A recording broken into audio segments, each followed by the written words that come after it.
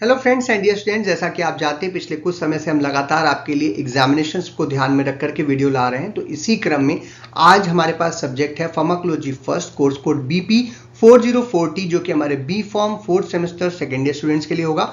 और इस वीडियो में हम लोग AKTU यानी doctor APJ Abdul Kalam technical university के द्वारा प्रीवियस 5 ईयर्स में पूछे गए सभी फार्माकोलॉजी फर्स्ट के शॉर्ट आंसर टाइप क्वेश्चंस को आज यहाँ पर डिस्कस करेंगे, उसके एक्सप्लेनेशन को देखेंगे और ये भी समझने की कोशिश करेंगे कि उनको किस प्रकार से आपको आंसर करना है। इस वीडियो को देखने से आपको काफी सारा फायदा मिल सकता है, जैसे कि पहला कि आपको ये समझ में आएगा किस तरीके के क्वेश्चंस पूछे जा रहे हैं, क्वेश्चन जो पूछे जा रहे हैं उनका आंसर कैसे करना है, और अगर एक्सप्लेनेशन को और आंसर को हम देख रहे हैं तो ये भी समझ सकते हैं कि उससे रिलेटेड अगर कोई और प्रश्न बन सकता है तो उसका आंसर हम किस प्रकार से करेंगे। साथ ही साथ वो भी प्रश्न हमें समझ में आएंगे जो कि इंपॉर्टेंट है और रिपीट होने की जिनकी संभावना है, या जो प्रश्न रिपीट हो रहे हैं उनके बारे में भी आपको पता चलेगा। इस वीडियो में जो भी क्वेश्चंस मैं रख रहा हूं वो सभी प्रीवियस ईयर्स के लास्ट ईयर के क्वेश्चंस हैं, यानी इंपॉर्टेंट प्रश्न हैं। एग्जाम में जाने से पहले इन सभी को हमें जरूर हल कर लेना चाहिए। एक बात और कह दूं कि ये वीडियो जो है वो आपके फोर्थ सेमेस्टर एग्जामिनेशंस में तो मदद करेगा ही करेगा, साथ ही साथ आगे चल करके अगर कोई कॉम्पिटिटिव एग्जाम्स की आप तैयारी कर रहे हैं तो उसमें भी आपको ये मदद करेगा। अदर देन AKTU के जो बच्चे हैं हमारे, उनके लिए भी ये वीडियो काफी इंपॉर्टेंट है, क्योंकि क्वेश्चंस सभी जगहों पे लगभग सेम पूछे जाते हैं, तो ये प्रश्न आपके यहाँ भी इंपॉर्टेंट बनते हैं, तो आपके लिए भी ये वीडियो है। तो चलिए आगे शुरू करते हैं। और शुरू करने से पहले बता दूं कि मैं हूं डॉक्टर प्रजनन शुक्ला और आपका ये जो वीडियो है इसमें हम 5 साल के क्वेश्चन पेपर को सॉल्व करेंगे। तो जो सबसे पहला पेपर हम ले रहे हैं वो है 2018-19 का पेपर, और इसमें जो सबसे पहला प्रश्न था वो था define cross tolerance with example.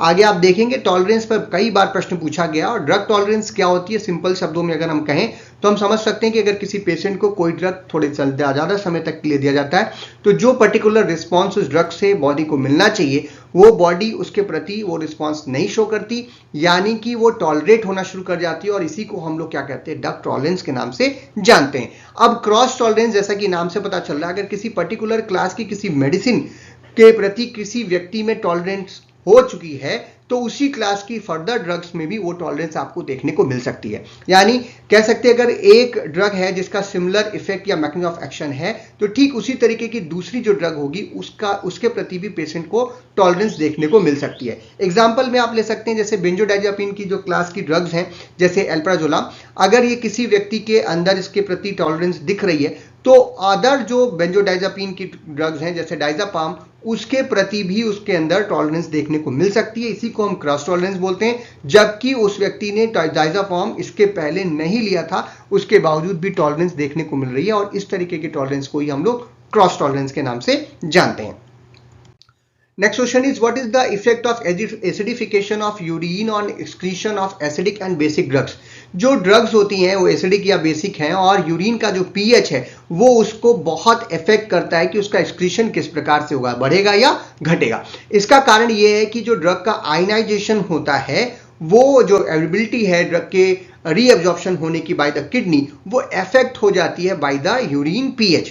अब अगर इसको आप सिंपल शब्दों में कहें तो हम कह सकते हैं कि जो यूरिन का एसिडिफिकेशन है वो बेसिक ड्रग्स के एक्सक्रीशन को तो इंक्रीज कर देता है, जबकि एसिडिक ड्रग के एक्सक्रीशन को वो डिक्रीज करने का काम करता है। और ऐसा इसलिए है क्योंकि रीअब्जॉर्प्शन होने के लिए किसी ड्रग का ionisation state is very important, और ये जो आयनाइजेशन स्टेट जो एबिलिटी है जो इन्फ्लुएंस करती है रीअब्जॉर्प्शन बाय द किडनी को, उसको यूरिन का pH इफेक्ट करता है। पर्टिकुलरली अगर बात करें तो जो यूरिन अगर एसिडिक है तो जो एसिडिक ड्रग्स हैं लाइक एस्प्रिन है, आपका एसिक्लोफिनैक है, ETC, उन सभी में लेस आयनाइजेशन होगा, यानी कि इनकी लिपिड सॉल्युबिलिटी बढ़ जाएगी, और उनका जो ब्लड स्ट्रीम में रीअब्जॉर्प्शन है बाय द किडनी ट्यूब्यूल्स वो भी क्या हो जाता है, बढ़ जाता है, जिसकी वजह से उसका एक्सक्रीशन क्या हो जाएगा, डिक्रीज हो जाएगा या फिर कम हो जाएगा। जबकि जस्ट अपोजिट इफेक्ट आपको शो करने का जबकि बेसिक ड्रग्स हों एसिडिक यूरिन के केस में, जैसे कि amphetamine.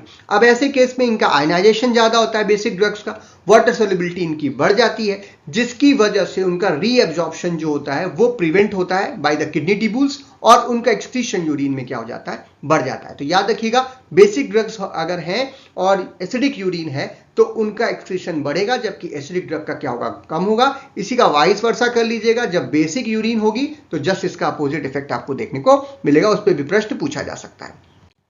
Next question, explain the effect of competitive antagonist on dose response curve for an agonist. देखिए क्या डोज रिस्पॉन्स कर्व का क्या मतलब है, हम डोज जितना दे रहे हैं उससे जो ड्रग का इफेक्ट है या रिस्पॉन्स जो ड्रग का आना चाहिए वो कितना आ रहा है, इसी को डोज रिस्पॉन्स कर्व बोलते हैं। अब एगोनिस्ट अगर हमने देना है, एगोनिस्ट मतलब कि ऐसा चीज जो रिसेप्टर पर बाइंड करके बिल्कुल हमारे एंजाइम या जो भी हम जिसके प्रति हम चेक करना चाह रहे हैं उसी का सेम इफेक्ट शो करे तो उसे एगोनिस्ट बोलते हैं, और अगर अपोजिट शो करे या रिसेप्टर पे बाइंड ना होने तो उसे हम लोग एंटागोनिस्ट बोलते हैं।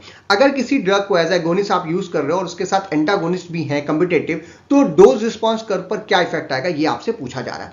तो सिंपल सी बात है कि अगर आप एगोनिस्ट दे रहे हैं in the presence of competitive antagonist, तो कई बार क्या होता है कि डोज हमें बढ़ानी पड़ती है सेम रिस्पॉन्स प्राप्त करने के लिए, क्योंकि कॉम्पिटिटिव एंटागोनिस्ट जो है रिसेप्टर पर बाइंड करने की कोशिश कर रहा होता है। और ऐसे केस में जो आपका डोज रिस्पॉन्स कर्व है वो राइट साइड की तरफ शिफ्ट हो जाता है, जिसे हम लोग पैरेलल शिफ्ट बोलते हैं। इसका मतलब कि हायर डोज जो है वो एगोनिस्ट की हमको जरूरत पड़ेगी फॉर द सेम इफेक्ट जो हम चाहते हैं, और जो मैक्सिमम डोज रिस्पॉन्स होता है एगोनिस्ट का वो अनचेंज होता है इन द केस ऑफ अगर जो है वो हम रिवर्सिबल एंटागोनिस्ट की बात कर रहे हैं। लेकिन अगर हम रिवर्सिबल एंटागोनिस्ट की बात करेंगे तो ये रिमेन अनचेंज नहीं होगा, यानी जो मैक्सिमम डोज रिस्पॉन्स आता है, मैक्सिमम रिस्पॉन्स जो है ड्रग का एगोनिस्ट का, वो क्या हो जाता है, कम हो जाता है। जैसे कि आप इस ग्राफ में देख पा रहे हैं, ये जो आपको प्लॉट दिख रहा है इसी को हम लोग डोज रिस्पॉन्स कर्व बोलते हैं। ये तो नॉर्मल डोज रिस्पॉन्स कर्व है। यहाँ पे आप देख रहे हो, इस पे एक आगे क्वेश्चन आएगा तो वहां पे भी इस बात को डिस्कस करेंगे कि यहाँ पर जो एक्स एक्सिस होती है इस पे हम लोग कंसंट्रेशन लेकर रखे हुए हैं और लॉग में, और जो ये हमारी वाई एक्सिस है यहाँ पर हम परसेंटेज में इसका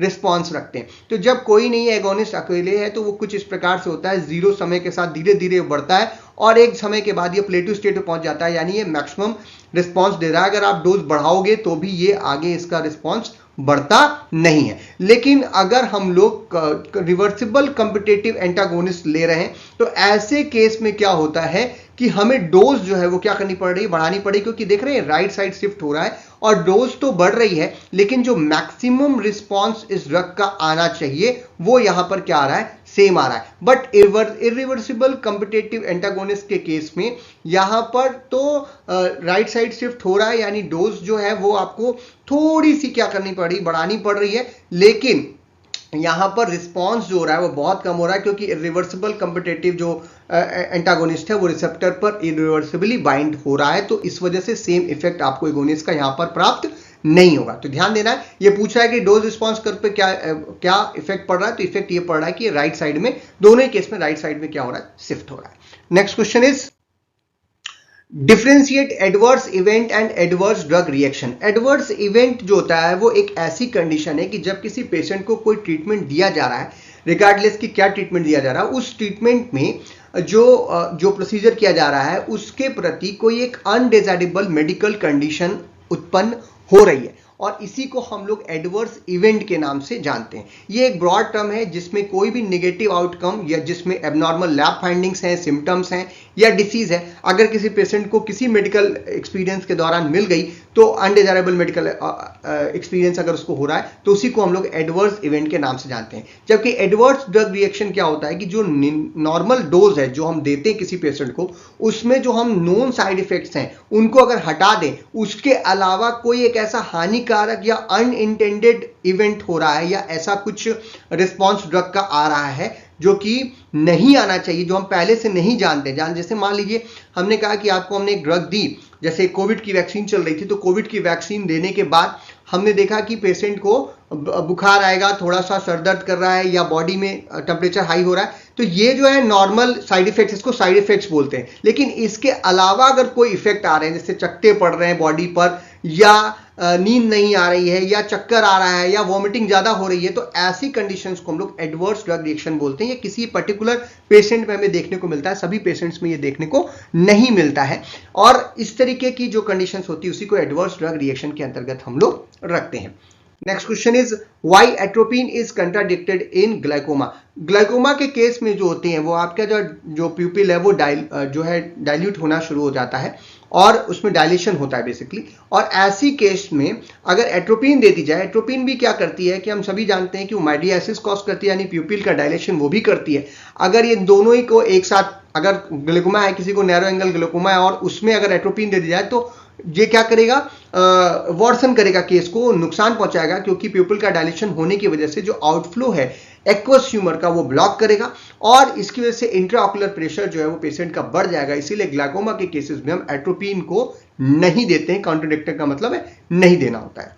next question is write the clinical uses of glycopyrrolate and isoxsuprine. अब इन दोनों ड्रग्स का आपको क्या देना है, यूजेस देना है, सिंपल क्लिनिकल यूजेस। तो जो ग्लाइकोपाइरोलेट होती है वो स्लाइवरी और ब्रोंकियल सिक्रेशंस को कम करती है, इसीलिए हम लोग प्री एनेस्थेटिक ड्रग के रूप में इसका प्रयोग कर सकते हैं। साथ ही साथ ये पेप्टिक अल्सर्स को ट्रीट करने के काम में आती है, स्वेटिंग को रिड्यूस करने के काम में आती है, खास करके in the case of hyper hidrosis के केस में। और आइसोसक्साप्राइन जो है वो एक ड्रग है जो कि पेरिफेरल वैसोडायलेटर के तरीके से काम करती है, खास करके in the conditions of Raynaud's disease. Raynaud's disease के केस में आपके हाथों और पैरों में जो है वो बहुत कोल्ड सेंसेशन होते हैं और ये पैरालाइज जैसी कंडीशन होने लगती है, उसी को हम लोग रायनाइड डिसीज बोलते हैं और इसमें ये ड्रग का प्रयोग करते हैं। साथ ही साथ प्रीमेच्योर लेबर के केस में उसको डिले करने के लिए भी टोकोलाइटिक इफेक्ट इसको बोलते हैं, उसके लिए भी इस ड्रग का प्रयोग किया जाता है।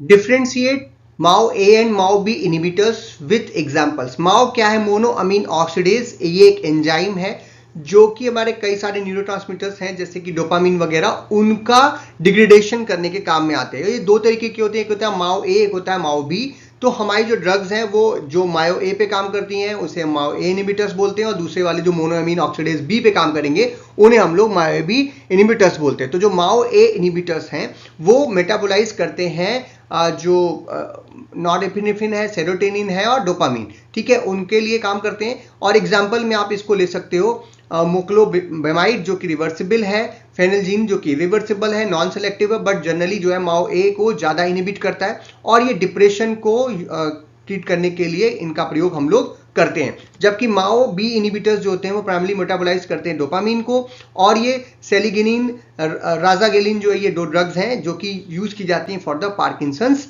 डिसीज के ट्रीटमेंट के लिए। Next question is why pre anaesthetic medication is necessary during the surgery. इस पे काफी सारा प्रश्न कई बार पूछा गया है। प्री एनेस्थेटिक जो मेडिकेशन है, सिंपल सा आंसर है, प्री मेडिकेशन का मतलब है कि अगर एनेस्थेटिक मेडिकेशन का मतलब है कि एनेस्थीसिया देने से पहले पेशेंट को एनेस्थीसिया के लिए हमको तैयार करना है ताकि उसकी कोई एंजाइटी, घबराहट, वॉमिटिंग ऐसी कोई भी कंडीशन है उसको हम लोग क्या कर सकें, रोक सकें। तो प्री एनेस्थेटिक ड्रग्स जो होती हैं वो एडमिनिस्ट्रेशन की जाती हैं बिफोर द इंडक्शन ऑफ आपका एनेस्थीसिया टू द पेशेंट, ताकि उसको पेशेंट को इस प्रोसीजर के लिए प्रिपेयर किया जा सके। और ये एंजाइटी को रोकने का काम करती है, उसको कम करने का काम करती है, सिडेशन को प्रोवाइड करती है, रिड्यूस करती है पेन को, किसी भी तरीके के एलर्जिक रिएक्शंस को प्रिवेंट करने के लिए, सिक्रीशंस को रिड्यूस करने के लिए, और जो वैगल रिफ्लेक्सेस हैं ड्यूरिंग द सर्जरी उनको प्रिवेंट करने के लिए हम लोग इस तरीके का प्री एनेस्थेटिक मेडिकेशन यूज करते हैं। अभी कौन कौन सी ड्रग्स है उसका क्लासिफिकेशन पे क्वेश्चन है, आगे हम लोग उसको भी डिस्कस करेंगे।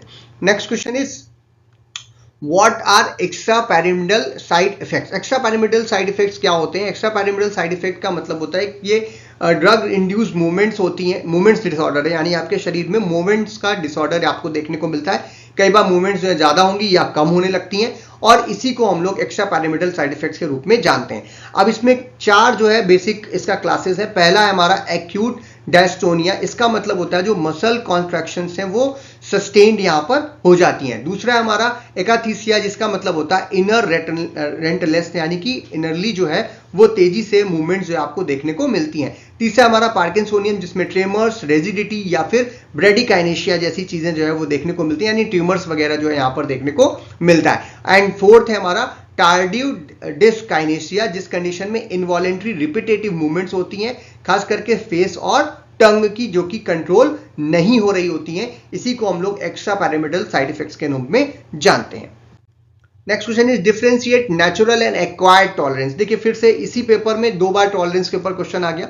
नेचुरल टॉलरेंस का मतलब ऐसा होता है कि कभी किसी व्यक्ति ने कोई दवा कभी नहीं खाई, बाई चांस कोई दवा है उसने कभी नहीं खाई, बट किसी जीन के एक्सप्रेशन की वजह से या उसका इनहेरेंटली उसके अंदर ऐसी प्रॉपर्टी है कि वो किसी भी ड्रग को, उस पर्टिकुलर ड्रग को जब लेता है तो उसकी बॉडी उसको टॉलरेट करना शुरू कर देती है, जो डिजायर्ड इफेक्ट है वो उसको देखने को नहीं मिलता। एक्वायर्ड टॉलरेंट का मतलब होता है कि कोई ड्रग को अगर रिपीटेडली काफी बार दिया गया है तो रिपीटेड डोजेस की वजह से उसके बॉडी में जो ओरिजिनल इफेक्ट्स आने चाहिए वो सही से नहीं आ रहा, उसके लिए हम लोग हायर डोज देने की कोशिश करते हैं। तो नेचुरल टॉलरेंस को इनेट टॉलरेंस के नाम से भी जानते हैं। ये इनहेरेंट लैक ऑफ रिस्पॉन्सिवनेस है for the drug in a certain individual, किसी एक पर्टिकुलर व्यक्ति के अंदर, हमेशा नहीं कि पूरी की पूरी लोगों में होगा, या किसी पर्टिकुलर स्पीसीज के अंदर हो सकता है, किसी पर्टिकुलर एरिया में रहने वाले कुछ लोगों में ऐसा पाया जा सकता है। और ये इनिशियल एक्सपोजर के दौरान भी देखने को मिलता है, यानी पहली बार ड्रग खिलाई गई है और आपको टॉलरेंस देखने को मिल रहा है। जैसे कि कुछ लोग ऐसे होते हैं जिनमें नेचुरली जो हाई डोजेस ऑफ ओपियाइड्स है उनको टॉलरेट करने की प्रॉपर्टी होती है, यानी ओपियाइड्स जो है उसके उनके ऊपर काम सही से नहीं करते। दूसरा एक्वायर्ड टॉलरेंस, जैसे मैंने पहले कहा कि repeated exposure of a drug, अगर थोड़े समय तक दिया जा रहा है किसी ड्रग को और उसमें अगर टॉलरेंस आ जाए तो उसे हम लोग एक्वायर्ड टॉलरेंस बोलते हैं। और ये हाई डोज अगर हम ड्रग की बढ़ा देते हैं तो डोज बढ़ा करके इसके ओरिजिनल इफेक्ट की तरफ अचीव किया जा सकता है। एग्जाम्पल में आप ले सकते हो tolerance to the morphine with chronic use. तो ये हो गया हमारा पहला पेपर। अब हम चलते हैं अपने दूसरे पेपर की तरफ। तो जो हमारा दूसरा पेपर था 19-20 का, उसमें जो पहला प्रश्न पूछा है वो है डिफाइन ट्रैकीफाइलेक्सिस विथ एग्जांपल। ये भी टॉलरेंस से मिलता जुलता ही हमारा एक टर्म है, जिसका मतलब होता है कि अगर कोई जो ड्रग है उसमें रैपिड डिक्रीज आपको देखने को मिलता है उस ड्रग में, जब आप उसको रिपीटेडली एडमिनिस्टर करते हैं एक शॉर्ट इंटरवल पे, और इसे हम लोग एक्यूट टॉलरेंस के नाम से भी जानते हैं। इसका जो मैकेनिज्म है उसमें कुछ बातें जैसे डिप्लीशन ऑफ न्यूरोट्रांसमीटर स्टोर्स जो है उसका ये कारण हो सकता है। दूसरा कारण है रिसेप्टर डिसेंसिटाइजेशन, और तीसरा कारण है डिक्रीज रिसेप्टर नंबर्स और रिस्पॉन्स। जो रिसेप्टर्स हैं उनके नंबर्स और रिस्पॉन्स में अगर डिक्रीजमेंट हो जाए तो जो है ट्रैकीफाइलेक्सिस जो है वो देखने को मिलती है। एग्जाम्पल में अगर हम लोग देखें तो एफ्रिडीन और टायरेमीन जो है वो शो करते हैं ट्रैकीफाइलेक्सिस, बिकॉज रिपीटेड डोज डिप्लीट करता है नॉर एड्रेनालिन को फ्रॉम द नर्व टर्मिनल्स, जिसकी वजह से रिड्यूस रिस्पॉन्स आपको देखने को मिलता है। तो ये एक अच्छा एग्जाम्पल हो सकता है ट्रैकीफाइलेक्सिस का।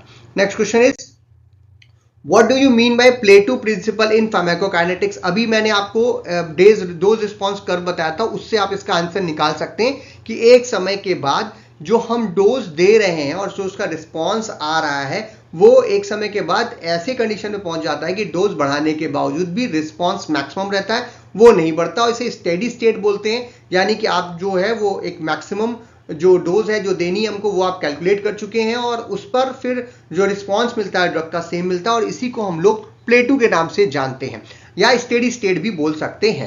यानी जब किसी ड्रग को हम रिपीटेडली एक कांस्टेंट डोज और फिक्स इंटरवल्स पे देते हैं, जैसा कि आपने देखा होगा कोई ड्रग है उसको हम बोलते हैं कि 3 टाइम्स अ डे लेना है, टाइम से लेना है, और 2 दिन 4 दिन 5 दिन लेना है, तो क्या होता है जो प्लाज्मा कंसंट्रेशन है वो राइज करता है और एक स्टेडी स्टेट लेवल पे पहुंचता है, जिसे आप लोग प्लेटो बोलते हैं, जो कि 4-5 हाफ लाइफ के बाद हम लोग पहुंच जाते हैं। और ये स्टेडी स्टेट जो होता है वो ड्रग के रेट के एडमिनिस्ट्रेशन वो उस समय प्राप्त होता है जब ड्रग का रेट जो एडमिनिस्ट्रेशन जिस रेट से आप कर रहे हैं और जो एलिमिनेशन का रेट है उन दोनों के बीच में इक्वल हो जाए, तो आपको प्लेटो स्टेट जो है वो प्राप्त हो जाती है। ये डोज का जो शेड्यूल है उसको डिटरमाइन करने के लिए और थेरापेटिक लेवल्स को विदाउट टॉक्सिसिटी मेंटेन करने के लिए हम लोग ये स्टडी करते हैं। इसका क्लिनिकल सिग्निफिकेंस की बात करें जो ये जो स्टेडी स्टेट कंसंट्रेशन है उसको कितनी देर में हम लोग अचीव कर सकते हैं उसको कैलकुलेट करने के लिए करते हैं, और जो प्लेटो रैपिडली है उसको डोजेस को कैलकुलेट करने के लिए भी हम लोग कैलकुलेशन में इसका प्रयोग करते हैं।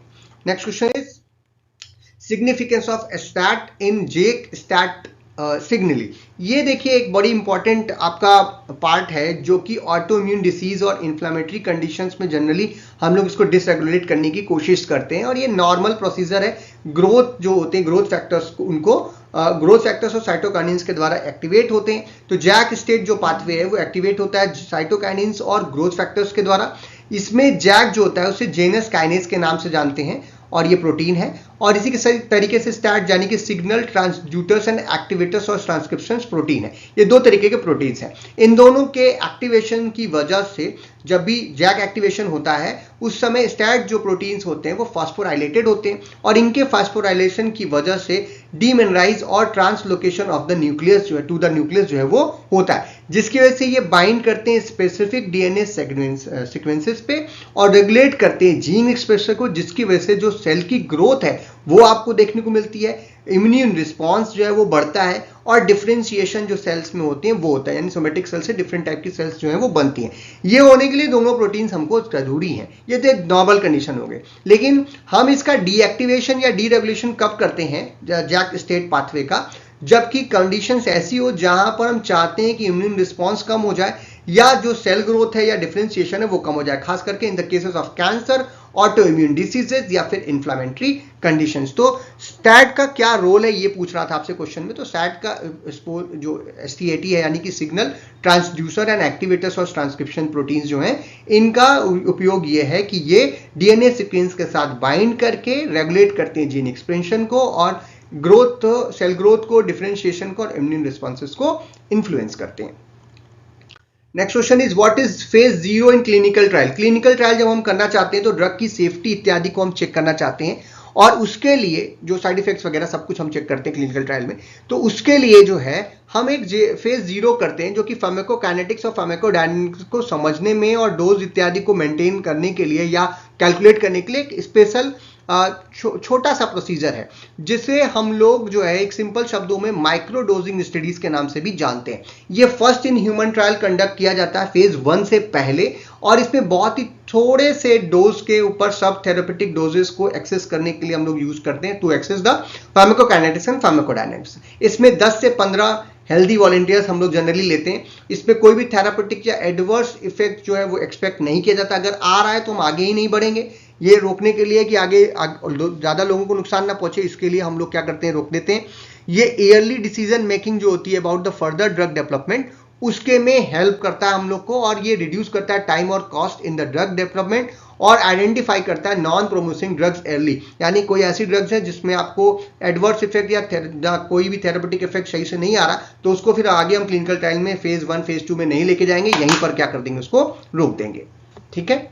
Next question is what do you mean bye को ट्रांसमिशन। को ट्रांसमिशन का मतलब है एक नर्व एंडिंग पे जो हमारा स्टिमुलेशन हो रहा है उसके बाद एक से ज्यादा अगर जो आपके न्यूरोट्रांसमीटर्स हैं वो एक साथ सिक्रीट हो रहे हैं या एक के बाद एक सिक्रीट हो रहे हैं तो ऐसी कंडीशन को हम लोग को ट्रांसमिशन के नाम से जानते हैं। और सिंपली ये रिलीज है 1 या एक से ज्यादा तरीके के न्यूरोट्रांसमीटर्स को from a single nerve terminal upon the stimulation. Mechanism की बात करें तो जो न्यूरोट्रांसमीटर्स हैं वो एक सेपरेट वेसिकल्स में स्टोर होते हैं और जब स्टिमुलेशन मिलता है तो एक साथ या एक के बाद एक जो है वो रिलीज होना शुरू कर सकते हैं। एग्जाम्पल की बात करें जैसे कि जो सिंपैथेटिक नर्व्स हैं वो रिलीज करती है नॉरएड्रेनालिन, एटीपी और न्यूरोपेप्टाइड वाई को, जो कि एक को ट्रांसमीटर्स के तरीके से काम करते हैं तीनों और एक से साथ एक या एक के बाद एक रिलीज होते हैं को ट्रांसमिशन में। इसका जो सिग्निफिकेंस आता है कि जो फिजियोलॉजिकल रिस्पॉन्सेज देने हैं वो एक कॉम्प्लेक्स कंट्रोल उन पर हमें प्राप्त होता है। फाइन ट्यूनिंग जो है न्यूरोट्रांसमिटर्स की प्राप्त होती है by the activating different receptors, जो डिफरेंट रिसेप्टर्स उन सभी पे बाइंड करके एक ही साथ टारगेट टिश्यू के ऊपर, और ऐसी कंडीशन को हम क्या बोलते हैं, co transmission. Next question is discuss clinical uses of ritodrine and salbutamol. तो राइटोडीन जो है वो हमारी एक ड्रग है जो कि क्लास उसका होता है बीटा-2 एडर्जिक एगोनिस्ट और ये बेसिकली जो है एक टोकोलाइटिक एजेंट है। कहने का मतलब प्रीमेच्योर लेबर को डिले करने के काम में आती है by the relaxing uterine smooth muscles. Salbutamol जो होती है ये भी एक बीटा-2 एडर्जिक एगोनिस्ट के तरीके से यूज की जाती है। इसका भी जो क्लास है वो सेम है, बट इसका जो मेन उपयोग है वो हम लोग सीओपीडी या ब्रोंकियल एस्थमा में ब्रोंकोडायलेटर की तरह यूज करते हैं। सीओपीडी का फुल फॉर्म आप जानते ही होंगे, that is chronic obstructive pulmonary disease, और इन दोनों ही केसेस में ब्रोंकोडायलेटर के तरीके से यूज करते हैं ब्रोंकियल एस्थमा और सीओपीडी में। जबकि इसको पहले के समय पे, अब तो बहुत कम यूज होता है क्योंकि बहुत सारे नए एजेंट आ चुके हैं, ये टोकोलाइटिक इफेक्ट भी जो है शो करता है, यानी डिले करता है प्रीमेच्योर लेबर को भी। Next question is write the max of action of vigabatrin. Vigabatrin जो है वो एक ड्रग है जो कि गाबा ट्रांस एमिनेज जो एंजाइम होता है उसको इनरिवर्सिबली इनहिबिट करने का काम करती है, जिसे हम लोग गाबा टी के नाम से भी जानते हैं। ये जो एंजाइम है गाबा टी, ये रिस्पॉन्सिबल होता है for the degradation of GABA in the brain. तो अगर इस एंजाइम को इनहिबिट करेगी विगाबार्टिन तो वो जो गाबा का लेवल है उसको इंक्रीज करने में मदद करेगी, जिसकी वजह से इनहिबिटरी जो न्यूरोट्रांसमीटर्स है वो हम अचीव कर सकते हैं, जिसकी वजह से रिड्यूस होता है seizures frequency in the epileptic patients, और जो इन्फेंटाइल स्पैम्स हैं या फिर रिफ्लेक्टरी कॉम्प्लेक्स पार्शियल सीजर्स हैं उनको ट्रीट करने के लिए इस ड्रग का प्रयोग हम लोग करते हैं। तो इस कैसे काम करती है, ये गाबा ट्रांसएमिनेज जो एंजाइम है उसको इनहिबिट करके अपना काम शुरू करती है और इरिवर्सिबली जो है उसको इनहिबिट करती है। Next question is what is diffusion hypoxia. Diffusion hypoxia जो है वो एनेस्थीसिया के केस में आपको देखने को मिलता है इन द केस ऑफ जब नाइट्रस ऑक्साइड के साथ एनेस्थीसिया की जाती है। ऐसे कंडीशन में जब ये नाइट्रस ऑक्साइड की एनेस्थीसिया जो है वो प्रॉपर वे में डिफ्यूज नहीं की जाती या स्टॉप नहीं की जाती, तो ऐसे कंडीशन में रैपिड डिफ्यूजन जो नाइट्रस ऑक्साइड का है वो ब्लड से एल्वोलाई यानी लंग्स के अंदर हो जाता है। इस डिफ्यूजन की वजह से जो ऑक्सीजन का कंसंट्रेशन है वहां पे वो डाइल्यूट होता है एल्वोलाई के अंदर, और डिक्रीज ऑक्सीजन जो टेंशन है वो आपको एल्वोलाई में देखने को मिलती है, जिसकी वजह से हाइपोक्सिया यानी ऑक्सीजन का लेवल कम होता हुआ दिखता है। अब इसको कैसे प्रिवेंट कर सकते हैं? इसके लिए हम लोग 100% ऑक्सीजन को 5 से 10 मिनट जो है वो पेशेंट को देते हैं after the discontinuation of nitrous oxide. जब बंद करते हैं तो उसके बाद तुरंत ऑक्सीजन जो है वो चला दें, तो इसका प्रिवेंशन किया जा सकता है डिफ्यूजन हाइपोक्सिया का। Next question is write the mechanism of action of tolcapone and rasagiline. ये दोनों ही ड्रग्स जो हैं वो डोपामीन की मात्रा को ब्रेन में बढ़ाने का काम करती हैं, जबकि पार्किंसंस डिसीज का ट्रीटमेंट कर रहा हो। अब टोल्कापोन जो है वो कॉम्ट इनहिबिटर है। कॉम्ट का फुल फॉर्म होता है कैटेकॉल ओ मिथाइल ट्रांसफरेज, और इसको इनहिबिट करता है। जो ये हमारा कॉम्ट है ये ब्रेक डाउन करता है लिवोडोपा को और डोपामीन को पेरिफेरली और सेंट्रली। तो अगर इसको इनहिबिट कर दिया जाए तो डोपामीन की जो एबिलिटी है ब्रेन में बढ़ जाती है। ये टोल्कापोन के काम करने का तरीका है। जबकि राजागैलिन जो है उसका जो क्लास है वो सेलेक्टिव माओ बी इनहिबिटर होता है। ये इनहिबिट करता है माओ एमीन ऑक्सीडेज बी का, जो कि डोपामीन का मेटाबॉलिज्म करती है ब्रेन में, जिसकी वजह से इसका इंक्रीज जो डोपामीन का लेवल है उसको इंक्रीज करने में मदद करती है। तो ये दोनों ही ड्रग्स जो है वो पार्किंसन डिसीज को ट्रीट करने के लिए और डोपामीन की अवेलेबिलिटी को बढ़ाने के लिए हम लोग यूज करते हैं। आगे बढ़ते हैं। What do you mean by drug dependence? Drug dependence बड़ा ही कॉमन सा टॉपिक है और बड़ा ही कॉमन सा टर्म है, जिसका मतलब सिंपल सा ऐसा है कि जब किसी पेशेंट को कोई ड्रग दी जाती है किसी कंडीशन को ठीक करने के लिए, तो उस पेशेंट को उस ड्रग की आदत पड़ जाती है। यानी डिजायर इफेक्ट तो आ गया और हमारा प्रॉब्लम भी सॉल्व हो गई, लेकिन पेशेंट को फिजियोलॉजिकली उसके प्रति लगाव हो जाता है और बिना उस ड्रग के वो अपना जीवन व्यतीत करने से कतराने लगता है। जैसे एग्जांपल ले लें लेग्जेटिव का। लेग्जेटिव्स ऐसी ड्रग्स हैं जो कॉन्स्टिपेशन को ठीक करने के लिए हम लोग पेशेंट को देते हैं, लेकिन अगर काफी समय तक वो पेशेंट एक्यूट कॉन्स्टिपेशन के इलाज में उसका प्रयोग कर रहा है, तो उसके दिमाग में ये बात बैठ जाती है कि विदाउट हम लेग्जेटिव लिए हुए हमारा जो कॉन्स्टिपेशन है वो ठीक नहीं हो सकता या हम फ्रेश नहीं हो सकते हैं। तो ऐसी कंडीशन में उसको रोज फिर लेग्जेटिव लेना पड़ जाता है। इसके अलावा बहुत सारी और ड्रग्स हैं, जैसे कि ओपियाइड ड्रग्स हैं या ओपियाइड पेन किलर्स हैं, जैसे कि ऑक्सीकोडोन वगैरह है। अगर ये किसी पेशेंट को प्रिस्क्राइब की जाती है तो उसकी आदत उसको पड़ सकती है। तो ड्रग डिपेंडेंस जो है वो फिजियोलॉजिकल स्टेट है, जहां पे आपकी बॉडी जो है वो किसी ड्रग को एडॉप्ट कर लेती है, एडाप्टेड हो जाती है ड्रग के प्रति, जिसकी वजह से जो फंक्शनल नॉर्मली फंक्शंस होने चाहिए वो अब करना बंद कर देती है और वो ड्रग के प्रेजेंस में ही नॉर्मल फंक्शंस को करती है। ताकि ये जो भी ड्रग्स हैं वो विड्रॉल सिम्टम्स, जब इन ड्रग्स को रोकते हैं हम लोग तो विड्रॉल सिम्टम्स हमको दिखते हैं, या जो कि कैरेक्टराइज किए जाते हैं by the tolerance and the physical and physiological Reliance of the substance. यानी फिजिकली भी और फिजियोलॉजिकली भी जो पेशेंट है वो उस ड्रग के प्रति एडिक्ट हो जाता है, और इसी कंडीशन को हम लोग ड्रग डिपेंडेंस के नाम से जानते हैं। नेक्स्ट क्वेश्चन इज अब नेक्स्ट पेपर की तरफ चलते हैं, जो कि 2021-22 का पेपर था, और इसमें जो पहला प्रश्न पूछा है काफी इंपॉर्टेंट प्रश्न है। Examine the advantages and disadvantages of oral route of administration. Oral route से जो हम लोग सिरप है, सस्पेंशन है, आपका टैबलेट्स हैं, कैप्सूल्स हैं, ये सब कुछ जो देते हैं, ये जो डोजेस फॉर्म्स हैं, इन्हीं को हम लोग ओरल डोज से देते हैं। और इसके एडवांटेजेस क्या है तो हम सभी जानते हैं। जो इसके एडवांटेजेस में सबसे पहला है कन्वीनियंट है, आसान है, पेशेंट को लेना आसान है और नॉन इन्वेसिव होता है। नॉन इन्वेसिव का मतलब है कि इसके लिए कोई स्पेशल ट्रीटमेंट की आवश्यकता नहीं पड़ती, कोई मशीनरी की आवश्यकता नहीं पड़ती। जैसे इंजेक्शन को लेने के लिए हमें सिरिंज की आवश्यकता पड़ती है, बट टैबलेट खाने के लिए हमें कोई सिरिंज वगैरह नहीं चाहिए, कोई दूसरा व्यक्ति भी नहीं चाहिए, हम आराम से खुद से ही इसको ले सकते हैं। यानी कि सेल्फ एडमिनिस्ट्रेशन होता है, यहाँ पे कोई भी स्पेशल स्किल की जरूरत नहीं पड़ती। इकोनॉमिकल है, लेस एक्सपेंसिव होता है compare to the parenteral route या अदर रूट्स। सेफ होता है, ये नॉन स्टेराइल रूट है, यानी कि इसमें रिस्क ऑफ इन्फेक्शन जो है बहुत कम है। टैबलेट जो है वो आप पैकेट से खोलते हैं उसको और सीधे आप क्या कर लेते हैं, उसको ओरली खा लेते हैं, और आप भी जानते हैं कि आपका जो डिफेंस सिस्टम है वो उससे बचेगा ओरली लेने पर। नेक्स्ट इज सस्टेन्ड इफेक्ट हमको देखने को मिलता है। अगर हम सस्टेन्ड या कंट्रोल रिलीज फॉर्मुलेशन लेना चाहते हैं तो वो हम लोग ओरल रूट से ले सकते हैं। ये सभी इसके एडवांटेजेस हैं। डिसएडवांटेजेस की बात करें तो यहाँ पे वेरिएबल एब्जॉर्प्शन देखने को मिलता है, क्योंकि हमारा ओरल रूट से जो हम ड्रग्स ले रहे हैं वो फूड जो पीएच है, जो गैस्ट्रोइंटेस्टाइनल मोटिलिटी है, उससे अफेक्ट होता है इसका एब्जॉर्प्शन। दूसरी चीज है फर्स्ट पास मेटाबॉलिज्म, क्योंकि बहुत सारी जो ड्रग्स होती हैं वो लीवर में मेटाबोलाइज हो जाती हैं, जिसकी वजह से उसकी जो एफिकेसी है वो क्या हो जाती है, काफी कम मिलती है, और या उसका जो इफेक्ट है हमको काफी देर बाद प्राप्त होता है। ये जो है ऐसे पेशेंट्स को हम नहीं दे सकते जिनमें वॉमिटिंग आ रही है, या जो अनकॉन्शियस पेशेंट है, जो बेहोश हैं, जो मुंह से दवाएं नहीं ले सकते, बीमार ज्यादा है, ऐसे पेशेंट्स को हम लोग ओरल रूट ऑफ एडमिनिस्ट्रेशन नहीं दे सकते। और ये गैस्ट्रिक इरिटेशन कॉज करती है। बहुत सारी ऐसी ड्रग्स हैं, खास करके एसिडिक ड्रग जैसे एस्प्रिन वगैरह, अगर वो हम लोग किसी पेशेंट को दे रहे हैं तो उसमें जो है वो नोजिया, वॉमिटिंग या अल्सर्स इत्यादि जो है वो कॉज कर सकती है। ये इसका एक और डिसएडवांटेज होता है। Define the term बायोबिलिटी। बायोबिलिटी बड़ा ही कॉमन सा एक टर्म है जो कि फार्माकोकाइनेटिक्स के दौरान हम लोग देखते हैं, और ये हम जानना चाहते हैं जो भी ड्रग हमने एडमिनिस्ट्रेशन की है उसका कितना फ्रैक्शन जो है वो एक्टिव फॉर्म में साइट ऑफ एक्शन पर पहुंच रहा है या सर्कुलेशन में, सिस्टमिक सर्कुलेशन में पहुंच पा रहा है। तो ये एक फ्रैक्शन ऑफ एडमिनिस्ट्रेशन ड्रग है जो कि रीच करती है सिस्टमिक सर्कुलेशन में in active form, which is known as bioavailability. ये एक की फार्माकोकाइनेटिक पैरामीटर है जो कि इन्फ्लुएंस होता है बाय द वेरियस फैक्टर्स, जैसे कि drug absorption, first pass metabolism और ड्रग का फॉर्मुलेशन ईटीसी। और जैसे एग्जांपल में हम ले सकते हैं, जैसे इंट्रावेनस जो एडमिनिस्ट्रेशन होता है ड्रग का, उसमें हम मानते हैं कि 100% बायोबिलिटी हमको मिल रही है देन द अदर रूट्स जो कि ओरल रूट्स इत्यादि हैं, उसमें जो एब्जॉर्प्शन और मेटाबॉलिज्म की वजह से उसकी बायोबिलिटी क्या हो जाती है, कई बार कम भी हो सकती है।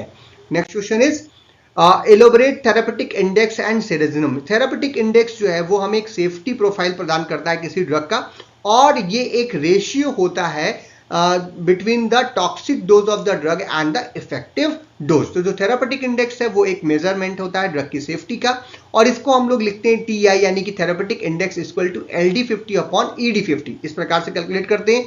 लीथल डोज 50 का क्या मतलब होता है, LD50 का मतलब लीथल डोज 50, जो कि 50% जो भी हम पॉपुलेशन को खिला रहे हैं उसके लिए जो लीथल डोज है, जबकि ED50 का मतलब होता है डोज इफेक्टिव इन 50% पॉपुलेशन। और इन दोनों का जो रेशियो निकलता है वही थेरापेटिक इंडेक्स बताता है। और थेरापेटिक इंडेक्स अगर किसी ड्रग का हाई है तो उसकी जो सेफ्टी पर है वो भी क्या हो जाती है, काफी ज्यादा हाई हो जाती है, यानी डोज वेरिएबिलिटी करने पर भी वो टॉक्सिसिटी कॉज नहीं करती। दूसरा है सिनर्जिज्म। सिनर्जिज्म का मतलब होता है कि सिंपल सा मामला कि जब दो ड्रग्स को एक साथ आप लेते हैं और जो उनका इफेक्ट आ रहा है वो इंडिविजुअल उनके इफेक्ट से अगर ज्यादा आ रहा हो, तो ऐसी कंडीशंस को हम लोग सिनर्जिज्म बोलते हैं, यानी इन दोनों के इफेक्ट क्या हो जा रहे हैं, जुड़ जा रहे हैं। तो ऐसे एग्जांपल में आप सल्फामेथोक्साजोल और ट्राइमेथोप्रिम ले सकते हैं। इन दोनों ड्रग्स को एक साथ लेने पर जो बैक्टीरिया के प्रति इनकी इफेक्टिवनेस होती है वो क्या हो जाती है, बढ़ जाती है। Next question is explain the mechanism of action of local anaesthetics. Local anaesthetics जो होते हैं, इस क्लास की जो ड्रग्स होती हैं वो रिवर्सिबली ब्लॉकिंग करती हैं नर्व इंपल्स कंडक्शन को, और इसका जो मैकेनिज्म ऑफ एक्शन है उसमें हम लोग देखते हैं कि ये बाइंड करते हैं और ब्लॉक करते हैं वोल्टेज गेटेड जो सोडियम चैनल्स हैं उनको in the nerve cell membrane. अब इन चैनल्स के ब्लॉक होने की वजह से जो इन्फ्लक्स होता है सोडियम आयन का वो रुक जाता है या कम हो जाता है, जबकि ये जो सोडियम आयंस होते हैं वो इसेंशियल होते हैं for the initiation and propagation of an action potential. अब इनके ना आने की वजह से एक्शन पोटेंशियल जनरेट नहीं होता है इन चैनल के ब्लॉक करने की वजह से, और जिसकी वजह से depolarisation of the nerve impulse है वो प्रिवेंट होता है, और जो ट्रांसमिशंस हैं पेन सिग्नल्स के टू द ब्रेन वो भी क्या हो जाते हैं, रुक जाते हैं, और आपको लोकल एनेस्थीसिया जो है वो प्राप्त हो जाती है। तो इस तरीके से लोकल एनेस्थेटिक्स जो है वो हमारे काम करते हैं। Next question, demonstrate the synthesis, storage and release of adrenaline dramatically. तो आप डायग्राम से आपको बताना है, आप चाहे तो फ्लो डायग्राम से करके बता सकते हैं, जैसे इस तरीके से टायरोसिन सबसे पहले होता है जो कि टायरोसिन हाइड्रोलेज के प्रेजेंस में डोपामीन में कन्वर्ट होता है। डोपामीन को डोपा में कन्वर्ट होता है, और डोपा जो है वो डोपा डीकार्बोक्सिलेज के प्रेजेंस में डोपामीन में कन्वर्ट होता है। डोपामीन बी और हाइड्रोक्सिलेज एंजाइम जो है वो डोपामीन को नॉर एपिनेफ्रिन में बदलता है, और नॉर एपिनेफ्रिन को अगर phenyl ethanol amine and methyl transferase के प्रेजेंस में वो एफ्रिनेपिन या फिर एड्रेनलिन में क्या हो जाता है, कन्वर्ट होता है। तो ये आप इसको लिख सकते हैं, या आप इस तरीके से डायग्राम बना सकते हैं जहां पे आप देख रहे हैं टायरोसिन जो है वो डोपा, और डोपा जो है डोपामीन, और डोपामीन जो है नॉन एड्रेनलिन में क्या हो रहा है, कन्वर्ट हो रहा है। लेकिन अगर इसको देखना चाहते हैं कि इसकी स्टोरेज जो है वो क्या है, तो इसको जो है हम क्रोमेफिन ग्रेन्यूल्स जो होते हैं, क्रोमेफिन ग्रेन्यूल्स ऑफ एड्रेनल मेडुला, उसमें स्टोर होता है, और रिलीज जो होता है वो stimulated by the synaptic nerve system activation exocytosis के द्वारा ब्लड स्ट्रीम में ये रिलीज होता है। तो इस तरीके से आप यहाँ पे आंसर कर सकते हैं।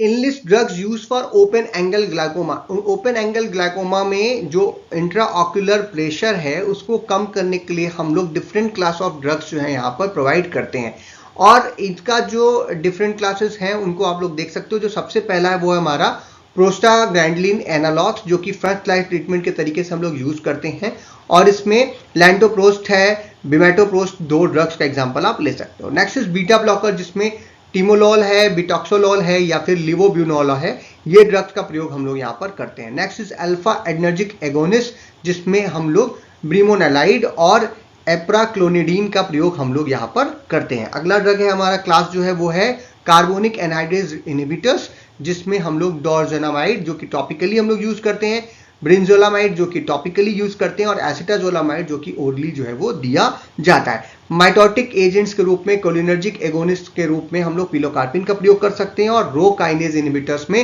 नेटारुसिडिल का प्रयोग जो है वो ओपन एंगल ग्लाइकोमा के ट्रीटमेंट में किया जाता है। Next is define and classify neurotransmitters. Neurotransmitters जो होते हैं वो केमिकल मैसेंजर्स के तरीके से काम करते हैं, और जो ट्रांसमिट करते हैं सिग्नल्स को थ्रू द केमिकल साइनेप्स, जो कि एक न्यूरॉन से दूसरे न्यूरॉन्स की तरफ, एक न्यूरॉन से मसल सेल्स की तरफ, या तो भी टारगेट सेल्स हैं, ग्लैंड सेल्स हैं, वहां तक ले जाते हैं। अब इसका क्लासिफिकेशन हम दो तरीके से कर सकते हैं। एक तो on the basis of chemical structure, जिसमें सबसे पहला आता है एसिटाइलकोलिन। एसिटाइलकोलिन को जब हम देखते हैं तो ये एक न्यूरो ट्रांसमीटर है जो कि यूनिक टाइप का है, क्योंकि यहाँ पे अमीनो एसिड ग्रुप देखने को नहीं मिलता, और एल्यूमिनियम आयन के तरीके का ग्रुप आपको यहाँ पर देखने को मिलता है। दूसरे होते हैं हमारे मोनोअमीन्स, जहाँ पे एक सिंगल अमीनो एसिड से डिराइव्ड होते हैं। ये दो तरीके के होते हैं। एक पहला होता है हमारा कैटाकोलामीन्स, जैसे डोपामीन, नॉरएपिनेफ्रिन, एपिनेफ्रिन, ईटीसी, और दूसरे होते हैं इंडोलामीन्स जो कि होता है सेरोटोनिन। ये सभी काफी इंपॉर्टेंट न्यूरोट्रांसमीटर्स हैं। नेक्स्ट इज अमीनो एसिड्स, जिसमें एक्साइटरी और इनहिबिटरी दो तरीके के होते हैं। पहला है हमारा एक्साइटरीज में ग्लूटामेट और एस्पारेट अमीनो एसिड्स, और इनहिबिटरी में हमारा गाबा है, जिसे गामा अमीनो ब्यूटारिक एसिड और ग्लाइसिन के नाम से हम लोग जानते हैं। न्यूरोपेप्टाइड्स हैं जो कि short chains of amino acids होती हैं, यानी कि पेप्टाइड्स होते हैं, जिसमें सब्सटेंस पी, इंडोफेरिन्स, हमारा इनकेफेनिलिन्स और कोले साइटोकाइनिन्स, जिसे सीकेके के नाम से हम लोग सीसीके के नाम से हम लोग जानते हैं। नेक्स्ट कुछ गैसेस भी होती हैं, जैसे नाइट्रस ऑक्साइड, कार्बन मोनोऑक्साइड, और प्यूरिन्स के फॉर्म में एडेनोसिन और एडेनोसिन ट्राइफॉस्फेट, जिसे एटीपी के नाम से जानते हो। ये सभी जो है न्यूरोट्रांसमीटर्स के तरीके से यूज करते हैं on the basis of structure. इस तरीके से आप इसको क्लासिफाई कर सकते हैं। On the basis of function, जैसे कि ऊपर भी दो आपको दिया था, on the basis of function हम कर सकते हैं। जैसे एक्साइटरी जो है वो ग्लूटामेट और एसिटाइलकोलिन है, एस्पार्टेट है, जबकि इनहिबिटरी जो है वो गाबा है, ग्लाइसिन है, एटीसी, और मेडुलरी जो है वो डोपामीन, सेरोटीन और नॉरएपिनेफ्रिन या एपिनेफ्रिन जैसे जो है वो मेडुलरी तरीके से काम करते हैं। Next question is compare general and local anaesthetics. तो जो जनरल एंड लोकल एनेस्थेटिक्स है उनको सिंपल शब्दों में हम लोग अभी यहाँ पे क्लासिफाई करेंगे। सबसे पहला है हमारा स्टेट ऑफ कॉन्शियसनेस। तो जो जनरल एनेस्थेटिक्स होती है उसमें पूरा आपका कॉन्शियसनेस, यानी आप पूरी तरीके से आपका जो सेंसेस है वो क्या होता है, काम करना बंद कर देते हैं। जबकि लोकल एनेस्थेटिक्स में आप सब कुछ होते हुए देख रहे होते हैं, आपके सामने आपके ऑपरेशन वगैरह हो रहा होता है। एक्शन की बात करें तो यहाँ पे रिवर्सिबल लॉस ऑफ सेंसेशन और कॉन्शियसनेस जो है वो हमें मिल जाता है, जबकि यहाँ पर भी रिवर्सिबल लॉस ऑफ सेंसेशन है, बट एक स्पेसिफिक एरिया में जहां इसको यूज किया जा रहा है वहां का ही लॉस जाएगा सेंसेशन, और फिर वो वापस भी आ जाता है। साइट ऑफ एक्शन की बात करें तो जनरल एनेस्थेटिक्स जो है वो सीनस पे काम करती हैं, जबकि लोकल एनेस्थेटिक्स जो है वो पेरिफेरल नर्वस सिस्टम के ऊपर काम करते हैं। एडमिनिस्ट्रेशन की बात करें तो जनरल एनेस्थेटिक्स को हम लोग इनहेलेशन के रूप में, यानी गैसेस के फॉर्म में या इंट्रावेनसली देते हैं, जबकि जो हमारे लोकल एनेस्थेटिक्स हम टॉपिकली अप्लाई कर सकते हैं, नर्व ब्लॉक करके स्पाइनल या फिर एड्रिनल फॉर्म में हम लोग दे सकते हैं। इफेक्ट ऑफ बॉडी की बात करें तो जनरल एनेस्थेटिक्स जो है वो पूरी बॉडी को इफेक्ट करती हैं, जबकि लोकल एनेस्थेटिक्स केवल जिस जगह पे दिए जा रहे हैं, एरिया ऑफ एडमिनिस्ट्रेशन जहां है वहीं पर इफेक्ट करते हैं, इसलिए इसे लोकल एनेस्थेटिक्स बोलते हैं। एग्जाम्पल की बात करें तो प्रोफेफल है, सेवोफ्लोरिन है या फिर केटामिन, ये सब काफी अच्छे जनरल एनेस्थेटिक्स हैं, जबकि लोकल एनेस्थेटिक्स में लिडोकेन है, ब्रोविकोकेन है, प्रोकेन है, ये सभी हम लोग यूज करते हैं। यूजेस की बात करें तो जो मेजर सर्जरीज होती हैं उसमें हम लोग जनरल एनेस्थीसिया का प्रयोग करते हैं, जबकि छोटी सर्जरीज हैं, डेंटल प्रोसीजर्स हैं, पेन मैनेजमेंट में हम लोग लोकल एनेस्थेटिक्स का प्रयोग करते हैं। आई वगैरह की सर्जरी भी करनी है तो भी छोटी मोटी, तो हम लोग लोकल एनेस्थेटिक्स का ही प्रयोग करते हैं। अगला प्रश्न हमारा classified drugs for Alzheimer's disease. Alzheimer disease के लिए काफी सारे ड्रग्स का प्रयोग करते हैं। अब इसमें जो मैनेजमेंट है, क्योंकि बेसिकली ट्रीटमेंट से ज्यादा मैनेजमेंट है, यहाँ पर जो सिम्टम्स आ रहे हैं उनको ठीक करने के लिए कई सारे ड्रग्स का प्रयोग करते हैं। इनमें पहला हमारा एसिटाइलकोलिन एस्टरेज इनहिबिटर्स, जिसमें डोजिप्रिल है या फिर रिवेस्टिक्समिनिन है या फिर गैलेंटामाइन है। ये सभी ड्रग्स जो हैं वो हम लोग यूज करते हैं as a acetylcholine esterase inhibitors. दूसरा हमारा एनएमडीए रिसेप्टर्स एंटागोनिस्ट, जो कि मिमेंटाइन है, जो कि काफी इंपॉर्टेंट ड्रग्स है। अब इन दोनों ड्रग्स का अगर कॉम्बिनेशन कर दिया जाए तो हमें कॉम्बिनेशन ड्रग्स प्राप्त होती है, जैसे कि नैमजेरिन, जो कि एक कॉम्बिनेशन होता है मिमेंटामिन का और डोजिप्रिल का। एडवेजेंट और इन्वेस्टिगेशनल ड्रग्स भी हैं, जो डिफरेंट ड्रग्स हैं जो कि अप्रूव किए जाते हैं अंडर द स्पेसिफिक कंडीशन, जिसमें मोनोक्लोनल एंटीबायोटिक्स वगैरह का प्रयोग किया जाता है, जैसे कि एडुकैनयुबिम है या फिर आइकैनेबिम है। ये दोनों ड्रग्स जो है मोनोक्लोनल एंटीबायोटिक्स हैं और इनका प्रयोग जो है अप्रूव्ड किया गया है स्पेसिफिक कंडीशंस में। साथ ही साथ अल्जाइमर डिसीज में और भी जो ड्रग्स हैं, जो सिम्टम्स आ रहे हैं उनको भी ठीक करने के लिए हम और ड्रग्स भी प्रयोग करते हैं। Next question is compare drug addiction and habituation. दोनों सुनने में एक जैसे लगते हैं, लेकिन दोनों में थोड़ा थोड़ा सा डिफरेंस है। आइए इसका डिफरेंस हम लोग देख लेते हैं कि क्या अंतर है इन दोनों टर्म्स में। तो ड्रग एडिक्शन हमने थोड़ी देर पहले भी अभी एक क्वेश्चन के आंसर में आपको डिस्कस किया था कि ये जो ड्रग्स होती हैं उनका काफी समय तक यूज करने के बाद पेशेंट को उसकी फिजियोलॉजिकली और फिजिकली उस ड्रग पर क्या होता है, डिपेंड्स हो जाता है कि उसको वो पर्टिकुलरली इफेक्ट प्राप्त हो। मतलब फिजियोलॉजिकली तो वो सोच ही रहा है कि मुझे इस ड्रग की जरूरत पड़ेगी, नहीं तो मेरा ये प्रॉब्लम सॉल्व नहीं होगा, लेकिन उसको फिजिकली भी ये चीज देखने को मिलती है। जैसे मैंने एग्जांपल दिया आपको लेक्सेटिव्स का, तो कॉन्स्टिपेशन के ठीक करने के लिए यूज किया उसने, लेकिन कुछ समय यूज करने के बाद उसको आदत लगे कि बिना वो अगर लेक्सेटिव्स नहीं लेता है तो उसके फिजियोलॉजिकली भी वो सोच रहा है कि उसका पेट जो है वो साफ नहीं होगा, एंड प्रॉब्लम भी सामने से भी दिखती है कि हाँ सही में बिना लेक्सेटिव लिए उसको ये प्रॉब्लम सॉल्व नहीं हो रही होती। तो ये फिजिकली और फिजियोलॉजिकली दोनों तरीके का आपको डिपेंडेंसी मिलती है, जबकि हैबिचुएशन में फिजिकली डिपेंडेंट नहीं होता वो पेशेंट, बस खाली वो उसको फिजियोलॉजिकली लगता है कि वो ड्रग उसको बिना लिए उसका काम नहीं चलेगा। जैसे हम लोग के घरों में होता है कि हम लोग को चाय की आदत पड़ जाती है, तो हम चाय पिए बिना, जबकि हमें कोई फर्क नहीं पड़ता। मैं अपना एग्जांपल दूं अगर, तो पहले ये होता था कि चाय नहीं पीऊंगा तो दिन भर काम कैसे करूंगा, बहुत सारा पढ़ाना है या वीडियोस बनाने हैं उसके, तो आपको चाय चाहिए बीच बीच में 2-3 बार। लेकिन धीरे धीरे देखा कि चाय के साइड इफेक्ट्स होते हैं, एसिडिटी वगैरह होती है, तो हम चाय क्या कर दिया, बिल्कुल छोड़ दिया। बट कोई भी फिजिकली डिपेंडेंसी नहीं है, केवल ये फिजियोलॉजिकली होता है कि हम चाय नहीं पी रहे, हमारा सर दर्द कर रहा है, हमसे काम नहीं होगा, हमें नींद आ रही है, ऐसा। तो ये ध्यान रखिएगा कि ये हैबिचुएशन है, हैबिट पड़ गई है उस चीज की, उस ड्रग की, और ये फिजिकली कोई नुकसान नहीं पहुंचाता, यहाँ पे केवल साइकोलॉजिकली आपके दिमाग में ये बात होती है। डिपेंडेंसी की बात करें तो ड्रग एडिक्शन में जो है फिजियोलॉजिकल और फिजिकली दोनों तरीके का आपको एडिक्शन है, जबकि हैबिचुएशन में केवल ये फिजियोलॉजिकली होता है, फिजिकल डिपेंडेंसी नहीं होती। टॉलरेंस की बात करें तो ड्रग एडिक्शन के जो केसेस हैं उसमें टॉलरेंस जो होता है वो काफी ज्यादा होता है, यानी इसको अचीव करने के लिए, ड्रग के प्रॉपर इफेक्ट को अचीव करने के लिए हमें हाई डोजेस को देना पड़ सकता है। जबकि हैबिचुएशन में, क्योंकि मैंने कहा फिजिकली कोई इफेक्ट नहीं है, तो इसीलिए मिनिमम या एब्सेंट टॉलरेंस हमको देखने को मिलती है। विड्रॉल की बात करें तो विड्रॉल सिम्टम्स जो होते हैं ड्रग एडिक्शन में काफी सीवियर होते हैं, जबकि हैबिचुएशन में माइल्ड होता है। स्टार्टिंग में 2-4 दिन आपको लगेगा कि प्रॉब्लम है, लेकिन धीरे धीरे वो प्रॉब्लम जो है वो पूरी तरीके से सॉल्व हो जाती है। कंपल्सिव यूजेस की बात करें तो इसमें जो है ड्रग एडिक्शन में स्ट्रांगली यूज होता है, जबकि हैबिचुएशन में थोड़ा होता है, पाया जाता है, बट वो लेस सीवियर होता है। इफेक्ट ऑफ लाइफ की बात करें तो जो भी व्यक्ति है अगर उसको ड्रग एडिक्शन है तो वो उसकी जो डेली लाइफ है, उसका जो वर्क कल्चर है, जो उसका काम करने का तरीका है, जो उसके रिलेशनशिप्स हैं, जो उसकी हेल्थ है, इन सबको वो नुकसान पहुंचाते हैं या इन सबको वो इम्पैक्ट करती है। जबकि हैबिचुएशन में ऐसा नहीं होता। कई बार व्यक्तियों को हैबिचुएशन है ड्रग का, बट पता ही नहीं चलता, कोई जान नहीं पाता है कि उसके आसपास कुछ ऐसा हो रहा है, उसके लाइफ में कोई प्रॉब्लम जनरली नहीं आती। जैसे मैंने कहा चाय छोड़ दी, मुझे कोई फर्क नहीं पड़ता। कुछ लोग बोलते जरूर है कि सर चाय नहीं पी रहे तो कम कर दिया, मतलब एकदम से नहीं छोड़ा, लेकिन फिर भी काफी कम कर दिया। 10 कप को आप 2 कप पे 1 कप पे ले आके छोड़ सकते हैं, कोई आपको नुकसान नहीं पहुंचेगा। एग्जाम्पल की अगर बात करें तो ड्रग एडिक्शन की ओपियाइड्स हैं, कोकीन है, हीरोइन है, अल्कोहल है, लैक्सेटिव्स है, इनका ड्रग एडिक्शन होता है। हैबिचुएशन की बात करें तो हैबिचुएशन में भी लैक्सेटिव्स को हम लोग रख सकते हैं, बट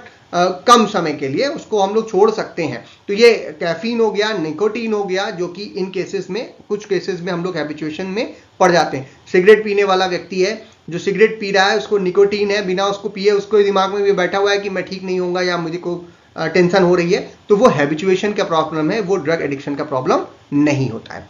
नेक्स्ट क्वेश्चन इज, आते हैं अगले पेपर की तरफ, यानी 2022-23 के। इसमें जो पहला प्रश्न है वो है define drug tolerance explain with example. ये हम लोग कई बार डिस्कस कर चुके हैं, फिर भी आ गया एक रिपीटेड प्रश्न। इसको आप मान सकते हो कि ड्रग टॉलरेंस जो है वो कंडीशन है जहां पर किसी भी ड्रग के रिपीटेड यूज की वजह से जो उसकी इफेक्टिवनेस होती है वो रिड्यूस हो जाती है, हाई डोजेस की आपको जरूरत पड़ती है, सेम फिजियोलॉजिकल या फार्माकोलॉजिकल जो इफेक्ट आप उस ड्रग का लाना चाहते हैं, और ये नॉर्मल जो बॉडी पार्ट्स हैं उसके बॉडी के एडॉप्शन की वजह से जो आपका ड्रग डिपेंडेंस है वो आपको देखने को मिलता है। एग्जाम्पल में आप मॉर्फिन ले सकते हो जिसमें प्रोलॉन्ग यूज ऑफ जो ड्रग है उसकी वजह से टॉलरेंस जो आपको देखने को मिलती है, और जो इंक्रीज डोजेज हैं वो हमको देने पड़ते हैं for the same pain relief.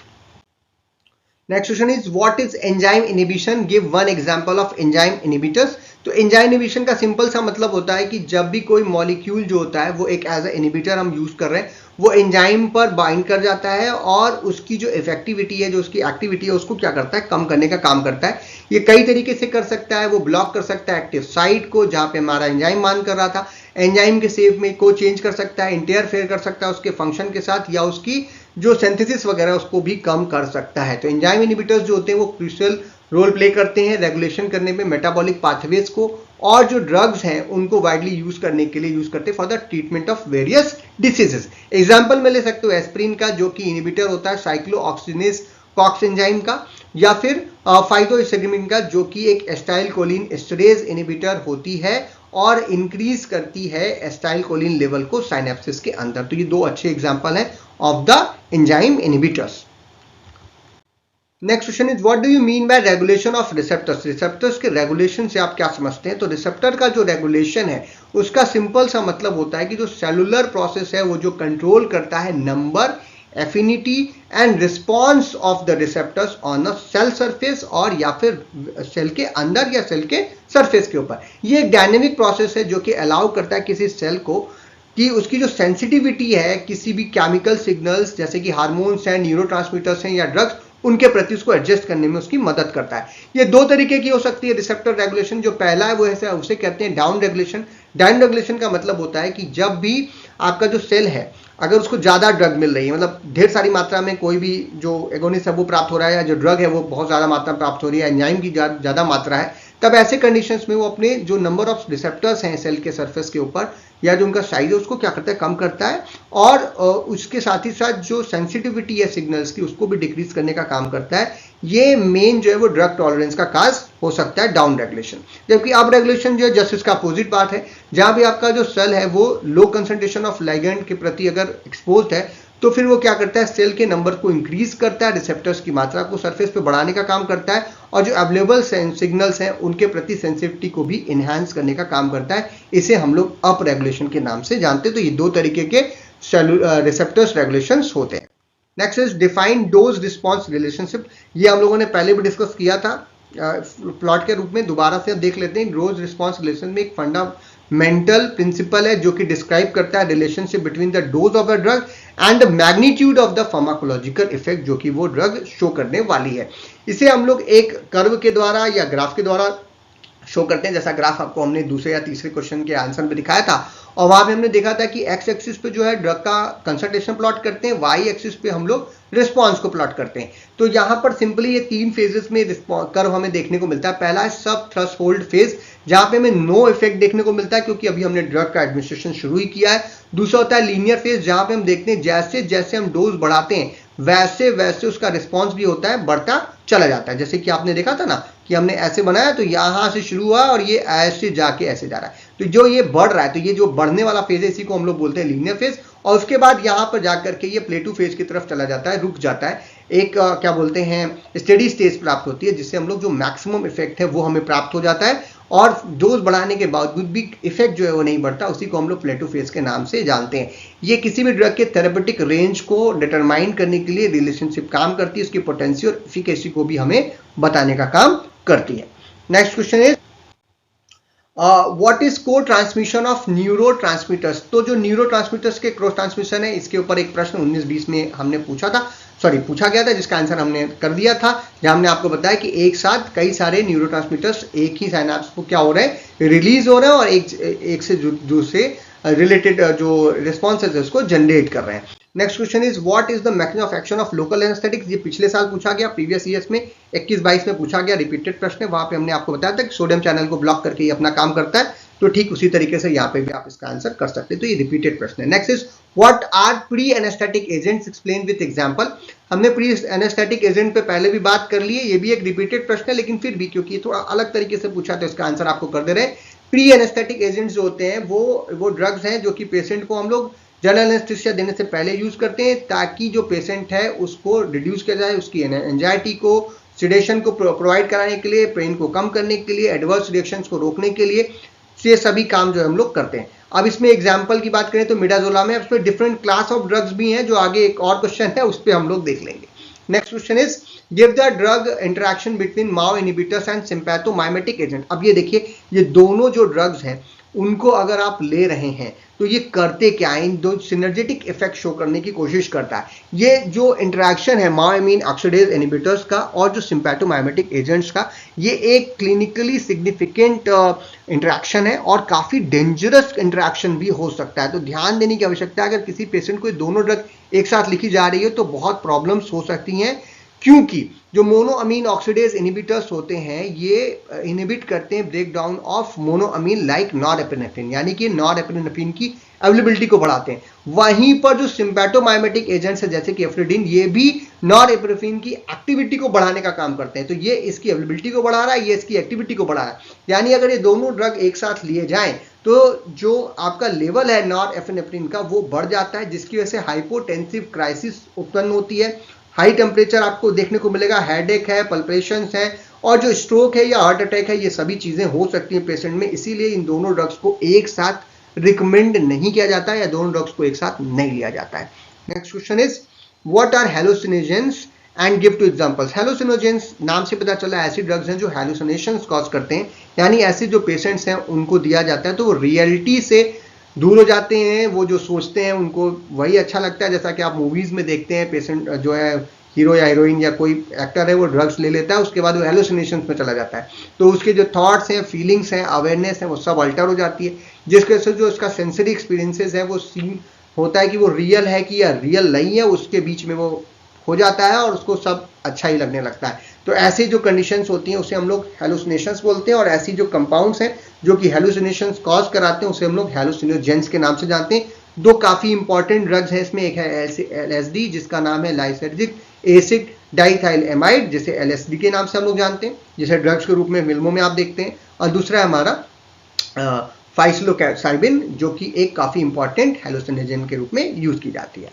Next question is differentiate between partial agonist and inverse agonist with the example. आप दोनों को जानते हैं, पार्शियल एगोनिस्ट का मतलब है कि एगोनिस्ट जैसा इफेक्ट शो करेगा लेकिन कम शो करेगा एगोनिस्ट से, जो फुल एगोनिस्ट होता है उससे, और इनवर्स एगोनिस्ट जो होता है वो उसी रिसेप्टर पे बाइंड करता है, सेम एगोनिस्ट वाले रिसेप्टर पे, बट इनवर्स इफेक्ट शो करता है, यानी कि अपोजिट इफेक्ट जो है वो शो करता है। तो इन दोनों के बीच में कुछ डिफरेंसेस है वो हम लोग देख लेते हैं। डेफिनेशन की बात करें, जैसा अभी मैंने बताया, पार्शियल एगोनिस्ट जो होता है वो जो ड्रग है वो जो बाइंड करती है रिसेप्टर पर, सेम रिसेप्टर पर, और एक्टिवेट भी करती है उसको, लेकिन पार्शियल एक्सटेंट में ही इफेक्ट जो है वो शो करती है, यानी थोड़ा बहुत ही इफेक्ट शो करती है।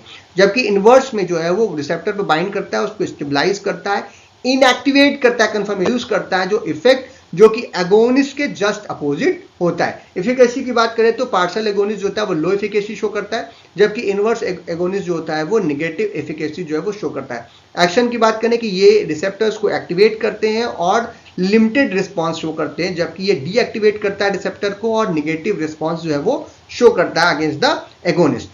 जब अगर एगोनिस्ट के प्रेजेंस में इन दोनों को दिया जाए तब क्या होता है, ये एक्ट करता है हमारा partial agonist as a competitive antagonist, block करता है फुल एगोनिस्ट को from the binding and reducing the overall effect. जबकि इनवर्स एगोनिस्ट जो होता है ये भी एक कॉम्पिटिटिव एंटागोनिस्ट के तरीके से काम करेगा और बाइंड करने से रोकेगा ड्रग को, जो हमारा एगोनिस्ट है उसको, और उसके इफेक्ट को भी रोकने का काम करेगा। एग्जाम्पल की बात करें तो ग्रुप एनोफ्रिन जो है वो पार्शियल एगोनिस्ट होती है, जबकि रेमोबार्बैन जो होता है वो एक इनवर्स एगोनिस्ट के तरीके से काम करता है। नेक्स्ट क्वेश्चन इज या next paper is that is 2023-24 का पेपर, और इसमें जो पहला प्रश्न पूछा गया था वो था डिफाइन आइडोसिंक्रेसी एंड एलर्जी। आइडोसिंक्रेसी का मतलब होता है जब एक अनयूजुअल या एबनॉर्मल रिएक्शन जो एक ड्रग है जो कि जेनेटिकली डिटरमाइंड और अनप्रिडिक्टेबल होती है, यानी किसी व्यक्ति के किसी जीन के प्रेजेंस में या एब्सेंस में जनरली जो है वो देखने को मिलती है, यानी हर पेशेंट को देखने को नहीं मिलेगी। ऐसी कंडीशंस को हम लोग आइडोसिंक्रेसी के नाम से जानते हैं। जैसे कि एग्जांपल में ले सकते हैं आप, हीमोलाइसिस होता है प्राइमाक्विन के केस में इन द पेशेंट्स, ऐसे पेशेंट जिसमें G6PD डेफिशिएंसी जो है आपको देखने को मिलती है, ऐसे पेशेंट्स में हीमोलाइसिस जो है प्राइमाक्विन जो है वो कॉज करती है। बाकी पेशेंट्स में ऐसा कोई साइड इफेक्ट वो नहीं शो करती है। दूसरा हमारा एलर्जी है। एलर्जी को हम लोग हाइपर सेंसिटिविटी भी बोलते हैं। ये एक इम्यून मेडिएटेड रिस्पॉन्स होता है किसी ड्रग के प्रति, इंडिपेंडेंट ऑफ डोज कि कितना डोज आप उसका दे रहे हैं, यानी थोड़ा बहुत डोज भी है तो भी उसमें एलर्जी जो है वो कंडीशन होती है, जिसमें रैशेस निकलते हैं, एनाफाइलेक्सिस से या अस्थमा है, खांसी आ रही है, वॉमिटिंग जैसी कंडीशन हो जा रही है या घबराहट हो रही है। ये सभी चीजें जो एलर्जी में होती हैं। एग्जाम्पल ले सकते हैं जैसे कि पेनिसिलिन एलर्जी। कुछ लोगों को मिल्क से, लैक्टोज वगैरह से भी एलर्जी होती है।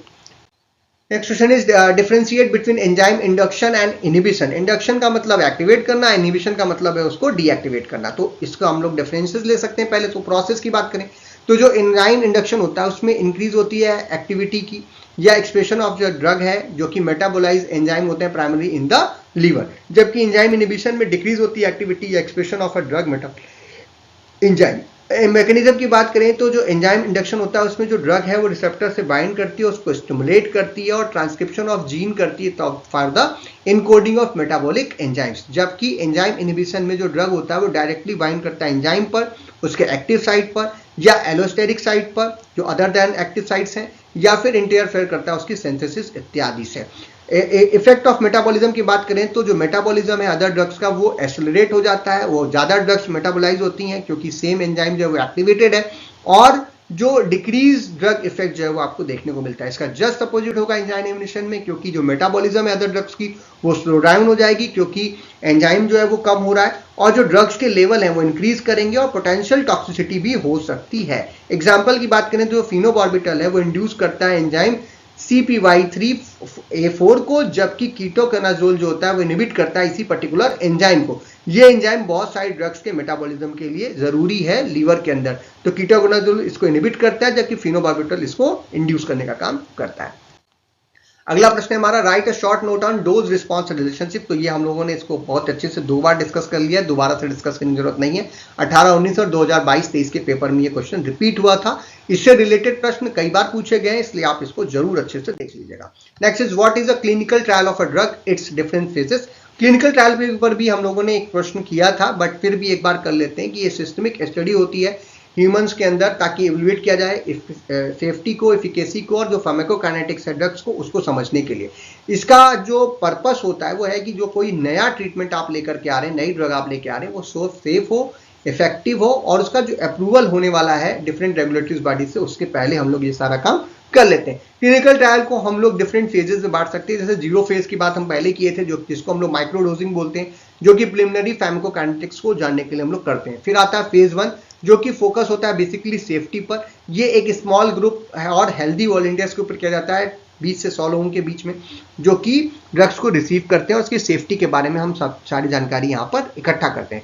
नेक्स्ट होता है फेज 2 जहां पर इफिकेसी और सेफ्टी दोनों देखी जाती है। ये लार्जर पेशेंट्स के ऊपर हम लोग करते हैं, हेल्दी ग्रुप में करते थे और ये किसके ऊपर होगा, पेशेंट ग्रुप के ऊपर, कोई स्पेसिफिक डिसीज जिनके अंदर है 100 से 300 लोगों के ऊपर ये स्टडी जो है वो की जाती है। नेक्स्ट आता है फेज 3 जो कि इफेक्टिवनेस और साइड इफेक्ट्स को जो है स्टैंडर्ड ट्रीटमेंट्स के साथ कंपेयर करने के लिए यूज करते हैं। यहाँ पे large diverse groups of patients हम लोग लेते हैं डिफरेंट एरियाज में। ये 1000 से 3000 लोगों के बीच में स्टडी करने के बाद फिर ड्रग का अप्रूवल के लिए दे दिया जाता है। एंड फिर आता है फेज 4 जो कि पोस्ट मार्केटिंग सर्विलांस होता है। यहाँ पर अगर ड्रग चली गई है मार्केट में, उसके बाद भी उसकी जो ड्रग की सेफ्टी है, एफिकेसी है, जो एडवर्स इफेक्ट्स हैं, साइड इफेक्ट्स अगर कुछ और आ रहे हैं, तो रियल वर्ल्ड पॉपुलेशन में इसकी स्टडी लगातार चलती रहती है। और अगर कभी लगता है कि नहीं ये इसमें कुछ ज़्यादा प्रॉब्लम है तो वो ड्रग फिर वहाँ से भी उसकी स्टडी को करते हुए उसे वापस भी बुला लिया जाता है। तो उसे हम लोग बोलते हैं post marketing surveillance. Next is question number 5 that is what are sympathomimetic drugs give two example. तो सिम्पैथोमाइमेटिक ड्रग्स नाम से पता चला सिंपैथेटिक नर्वस सिस्टम को मिमिक करने का काम करेंगे, यानी उनके जैसा इफेक्ट शो करने का काम करेंगे। ये ड्रग्स होते हैं जो कि मिमिक करते हैं effects of the sympathetic nervous system और एक्टिवेट करते हैं एडर्जिक रिसेप्टर्स को, जिसमें अल्फा और बीटा रिसेप्टर्स दोनों होते हैं। डायरेक्टली या इनडायरेक्टली दोनों तरीके से एक्टिवेट करते हैं, जिसकी वजह से फ्लाइट जो रिस्पॉन्स है वो जनरेट होता है, जो कि एड्रेनलिन नॉर एड्रेनलिन जैसे ड्रग्स जनरली शो करते हैं। तो जो इनका इफेक्ट है वो इंक्रीज करता है हार्ट रेट, इंक्रीज करता है ब्लड प्रेशर, ब्रोंकोडायलेशन को इंक्रीज करता है, पेरिफेरल वैसोकंस्ट्रिक्शंस को भी इंक्रीज करने का काम करता है। एग्जांपल्स में आप एपिनेफ्रिन का एग्जांपल ले सकते हैं, जैसे एड्रेनलिन भी हम लोग बोलते हैं, और सूडोएफ्रेडिन का भी एग्जांपल यहाँ पर ले सकते हैं। Next question is what is neuro hormonal transmission. ये न्यूरो हार्मोनल ट्रांसमिशन का सिंपल सा मतलब है कि नर्व इंपल्स का ट्रांसमिशन जो है वो एक न्यूरॉन से दूसरे न्यूरॉन या इफेक्टर ऑर्गन की तरफ, जो कि मसल्स या ग्लैंड्स हो सकते हैं, via the release of a chemical messenger, जैसे कि एसिटाइलकोलिन हो गया, एड्रेनलिन हो गया, नॉर एड्रेनलिन हो गया, ये सब। अब इनकी प्रेजेंस में ही इफेक्ट जो है वो अपने शो कराता है। इस प्रोसेस में जो फंडामेंटल बेसिस है communication with in the nervous system वो हमको देखने को मिलती है। स्टेप्स की बात करें तो इसमें सबसे पहले एक न्यूरोट्रांसमीटर की सिंथेसिस होती है, जैसा कि हम लोगों ने देखा था एड्रेनलिन की सिंथेसिस को, और फिर वो स्टोर होता है वेसिकल्स में, फिर रिलीज होता है सिनेप्टिक क्लेफ्ट में, फिर रिसेप्टर पर बाइंड करता है, अपना इफेक्ट शो करता है, और जब काम हो जाता है उसके बाद उसका टर्मिनेशन होता है, क्योंकि जो न्यूरोट्रांसमीटर था उसका हम लोग क्या करते हैं, रीअपटेक कर लेते हैं या फिर उसका डिग्रेडेशन देखने को मिलता है। एग्जाम्पल के लिए लेते हैं, जैसे कि एसिटाइलकोलिन होता है in the cholinergic nervous system. Next question is list the drug use in the pre anaesthetics. अब प्री एनेस्थेटिक्स में हम लोग काफी सारी बात कर ली कि ये एनेस्थीसिया से पहले हम लोग देते हैं एंजाइटी को रोकने के लिए, सेडेशन को करने के लिए, कंट्रोल करने के लिए पेन को, सिक्रीशंस को, और जो साइड इफेक्ट्स हैं उनको रोकने के लिए। अब इसमें कौन कौन सी ड्रग्स हम दे सकते हैं, तो ये एक कंप्लीट आंसर है, बट ये क्वेश्चन क्योंकि बाद में आया इसीलिए हम रिपीटेड क्वेश्चन तो है, लेकिन अब यहाँ पर सही से आंसर आप कर पा रहे हैं। तो इसमें काफी सारी ड्रग्स हैं, जैसे बेंजोडाइजापीन्स हम लोग सबसे पहले देते हैं, जो एंजाइटी को कम करती है और एमनीशिया को कॉज करती है, नींद लाने की प्रक्रिया शुरू करती है, जिसमें एग्जांपल है मिडाजोलाम है, डाइजापाम है, लोडिज़ेपाम है, ये सभी ड्रग। नेक्स्ट है ओपियाइड्स, जो कि हम लोग पेन अगर कोई व्यक्ति है तो उसको एनाल्जेशिया कॉज करने के लिए ड्रग्स दे सकते हैं, जिसमें फेंटाइल है, मॉर्फिन है, मर्फेडीन है, एटीसी। नेक्स्ट है एंटीकोलिनर्जिक्स, जो कि रिड्यूस करते हैं सलाइवरी और ब्रोंकियल सिक्रीशंस को और ब्रैडीकार्डिया को प्रिवेंट करने का काम करते हैं, जैसे एट्रोपिन है और ग्लाइकोपाइरोलेट है।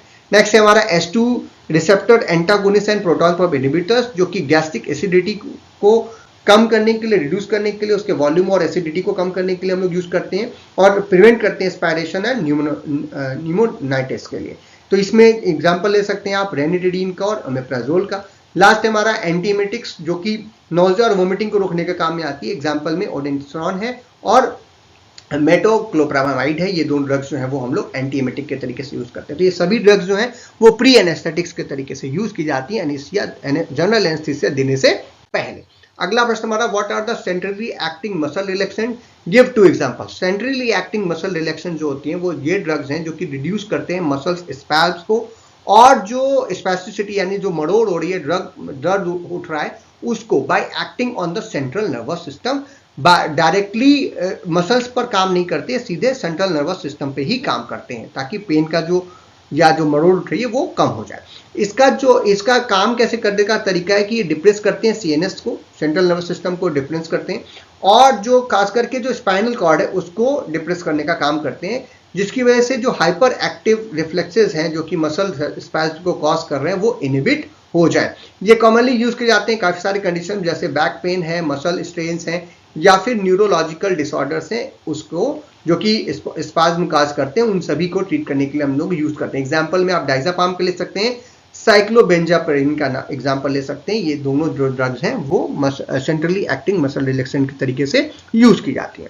अगला प्रश्न है हमारा, give the rational of giving carbidopa along the levodopa. ये दोनों ही काफी अच्छे ड्रग्स हैं। लेविडोपा आप जानते हो कि डोपामीन का लेवल बढ़ाने के लिए ड्रग का प्रयोग किया जाता है, बट ये ब्लड ब्रेन बैरियर को क्रॉस नहीं कर पाती, क्योंकि देयर इज एन एंजाइम जो कि इसको क्या करता है, तोड़ देता है। तो जो इन दोनों ड्रग्स को अगर एक साथ लिया जाए तो लीवोडोपा का जो अमाउंट है ब्रेन में वो पहुंचाने का या उसको बढ़ाने का काम होता है। अब ये पार्किंसन डिसीज के ट्रीटमेंट में जनरली हम लोग इसका प्रयोग करते हैं। तो जो डोपामीन की डेफिशिएंसी होती है पार्किंसन डिसीज में, उसको पूरा करने के लिए हम लोग लिवोडोपा देते हैं, लेकिन जो लिवोडोपा है वो मेटाबोलाइज हो जाती है पेरिफेरल टिश्यूज के अंदर outside the brain by the enzyme which is known as dopa decarboxylase. अब डोपा डीकार्बोक्सिलेज को इनहिबिट करने का काम करती है हमारी कार्बिडोपा, और कार्बिडोपा जो है वो ब्लड ब्रेन बैरियर को क्रॉस नहीं कर सकती, तो हम कार्बिडोपा दे देते हैं लीविडोपा के साथ, तो वो डोपा डीकार्बोक्सिलेज को डीएक्टिवेट करके, इसको इनहिबिट करके डोपा जो लीवोडोपा है उसका ब्रेकडाउन जो है वो कम कर देती है, जिसकी वजह से लीवोडोपा का जो